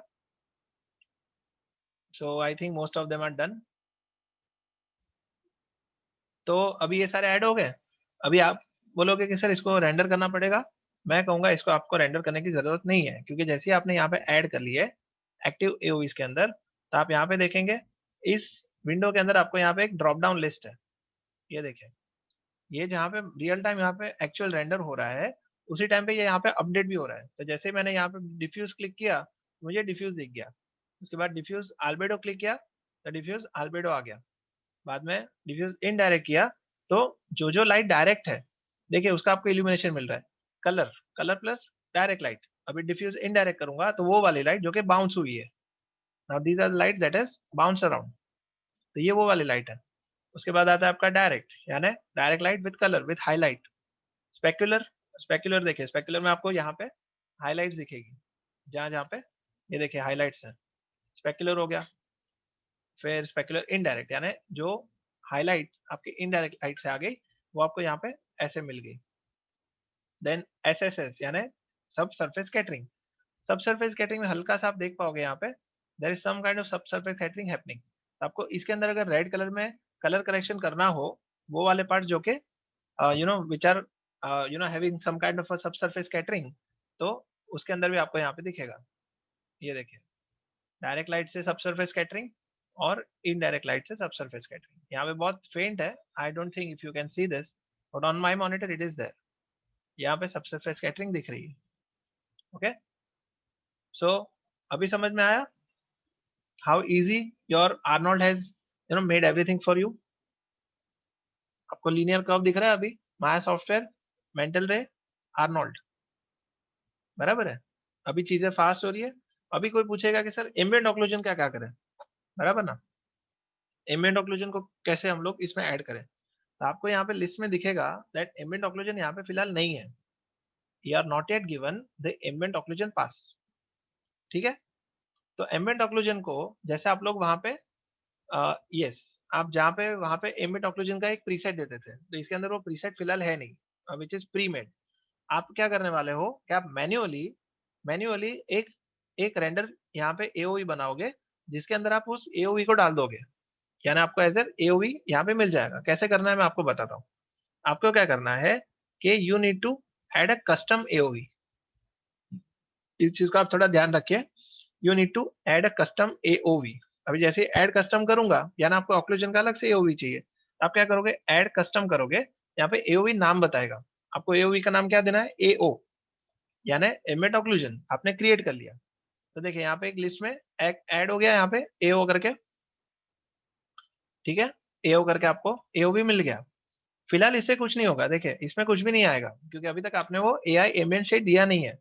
You have not yet added your ambient shade, AI ambient occlusion shade into this particular pass। ये जो AOV के अंदर अभी तक आपने डाला नहीं है।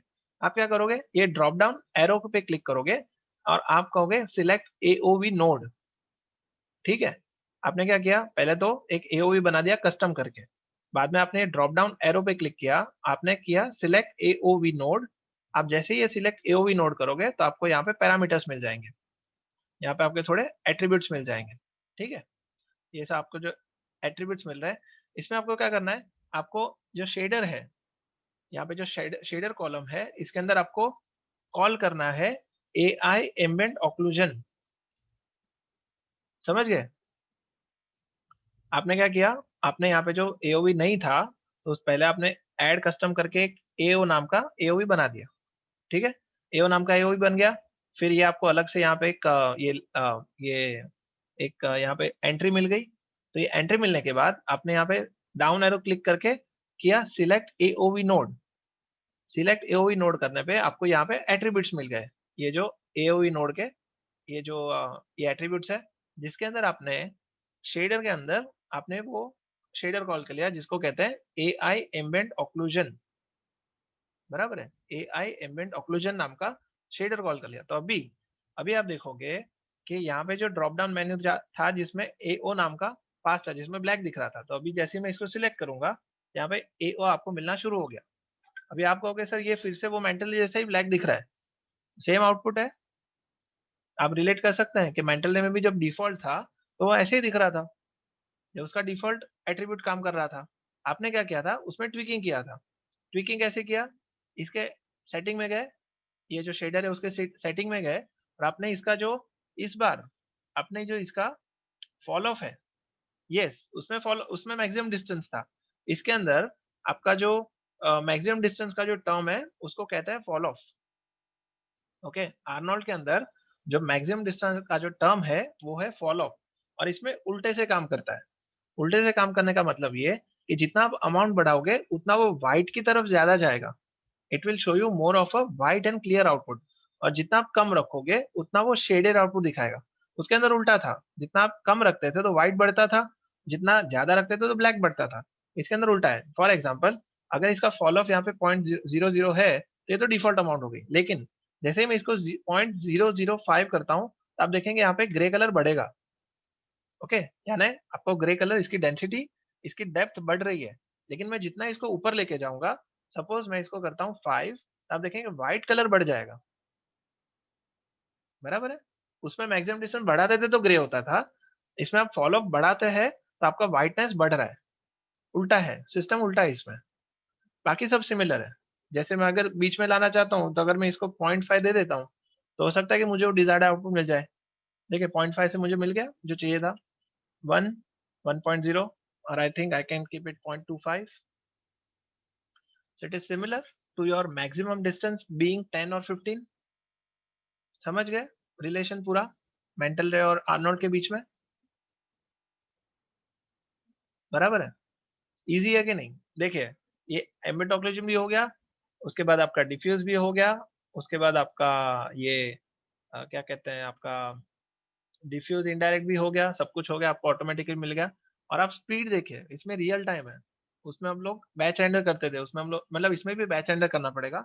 Now that is not an option, इसको भी आपको बैच रेंडर करना पड़ेगा, लेकिन जो फीडबैक मिल रहा है वो रियल टाइम है।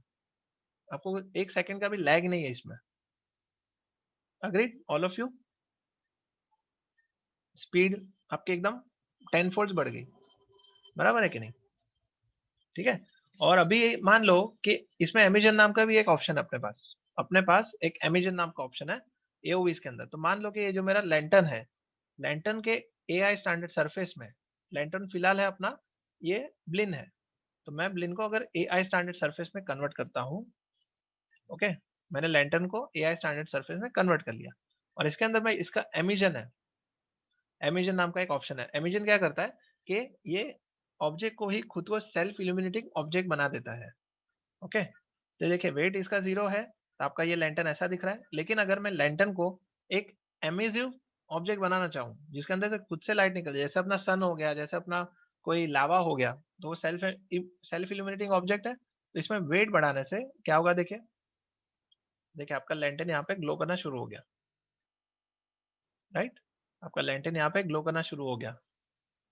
देखिए मैं इतना पार्ट रीजन रेंडर करता हूँ, देखिए वेट 0 है तो ये लैंटर्न एमिट नहीं कर रहा है लाइट को, और शेडर में अगर आप इसको एमिसिव बनाओगे तो ये एमिट करना शुरू कर देगा। फिर आपको कलर चेंज करना है, मान लो इसका कलर आपको ब्लू करना है या तो ऑरेंज करना है, तो देखिए ये एमिट करना शुरू कर दिया लाइट को।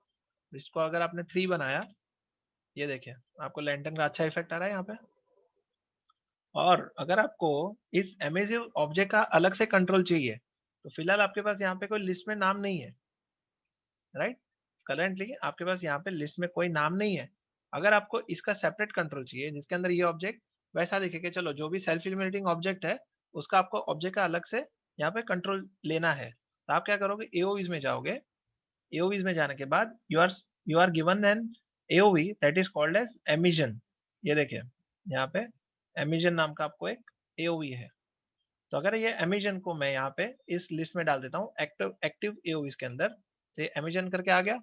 अभी इसका डायरेक्ट इफेक्ट मुझे मिलेगा यहाँ पे एमिशन करके मुझे मिल गया। तो जैसे एमिशन में जाऊंगा तो वो ऑब्जेक्ट दिखाएगा जहाँ पे एमिशन हो रहा है, तो आपको ये वाला पार्ट सेपरेट मिल गया। तो आप सोच सकते हैं कि फोटोशॉप में आपको मास्किंग करने की जरूरत ही नहीं है किसी भी चीज की, आपने सिर्फ पासेस को निकाल लिए, आपको डायरेक्ट लाइट, इनडायरेक्ट लाइट, ये लाइट वो लाइट, सारी लाइट आपको स्प्लिट होके मिल जाएगी। यस, सो सब लोग को ये आइडिया आ गया how these things are working. Yes, is my voice clear? Hello hello, okay. So I think आज का लेक्चर मेरे ख्याल से it just give you a complete overview of how passes work, और how how your things are being आपका कितना speed up हो रहा है यूजिंग द रेंडर पासेस। आप इसको एक्सटीरियर में यूज करो, इंटीरियर में यूज करो, कैरेक्टर के ऊपर यूज करो, प्रोडक्ट के ऊपर यूज करो, everywhere it is applicable, just to give you those additional tools and additional controls, जिससे कि आप कंपोजिटिंग में जाके चीजों को इंडिविजुअली ब्लेंड करके, इंडिविजुअली कंट्रोल करके best of the best output निकाल के दे सको। ठीक है ना? सो आज I think I will not be extending the lecture, because ये जो रेंडर लेयर का जो सिस्टम है, ये जो रेंडर लेयर का सिस्टम है, ये मैं आपको नेक्स्ट टाइम ठीक से बता पाऊंगा, क्योंकि इसमें थोड़ा टाइम लग सकता है। You see it is not very easy thing कि आपको 5-10 मिनट में समझ में आ जाए। मुझे खुद को समझने में थोड़ा 1-2 दिन लगा था, क्योंकि नया सिस्टम है, this is whole new system. ये जो रेंडर सेटअप का जो सिस्टम है ना, ये थोड़ा नया सिस्टम है। जैसे हम लोग पहले यहाँ से रेंडर लेयर बनाते थे, सो this is a new way that you actually make the render layers, जो कि थोड़े इसमें भी वो कह सकते हैं ना कि फायदे नुकसान है अपने हिसाब से, लेकिन लॉन्ग टर्म के लिए ये वाली चीज थोड़ी ज्यादा एफिशिएंट है, when it comes to working in a production. तो मेरे ख्याल से हमें इसको यूज टू होना पड़ेगा, क्योंकि आने वाले माया माया के वर्जन्स में वो पुराने वाली चीज फेज आउट हो जाएगी और ये वाली चीज उसको ओवरटेक कर लेगी। तो हमें ऐसे वैसे करके इसको सीखना ही पड़ेगा। So why not start from start at the earliest, we should be starting at the earliest. पुरानी चीजें फेज आउट हो जाएगी, नई चीजें रिप्लेस हो जाएगी, तो हम लोग नई चीजों के लिए रेडी हो जाते हैं। ठीक है? So I think I will be concluding the lecture for today. Yes, tell me.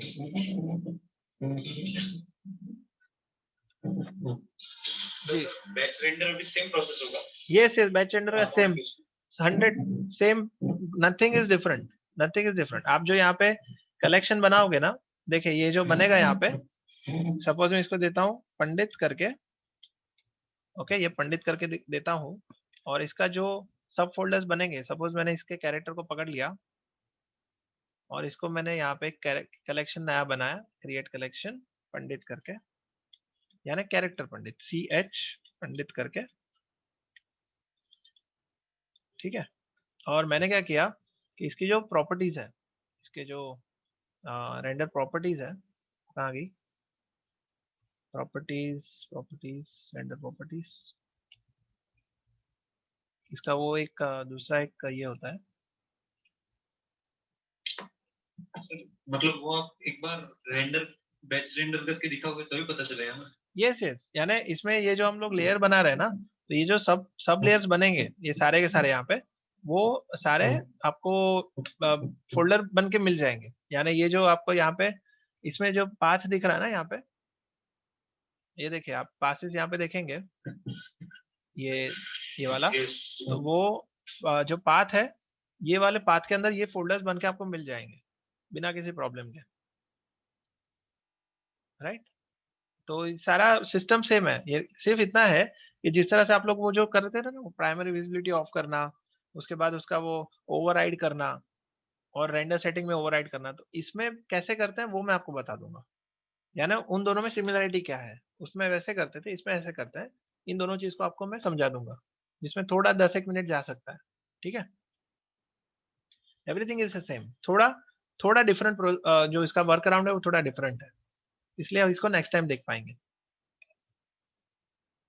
Okay, so I think today actually I want to complete, I mean I want to do, I am occupied elsewhere after 2 o'clock, तो मैं चाहूंगा कि इस lecture को conclude करूं and hope करता हूं आपको नई चीजें पता चली हो with regards to Maya's efficiency, धीरे धीरे करके जो बड़ी है। तो अटेंडेंस ले लेते हैं and then we will call it a day for today.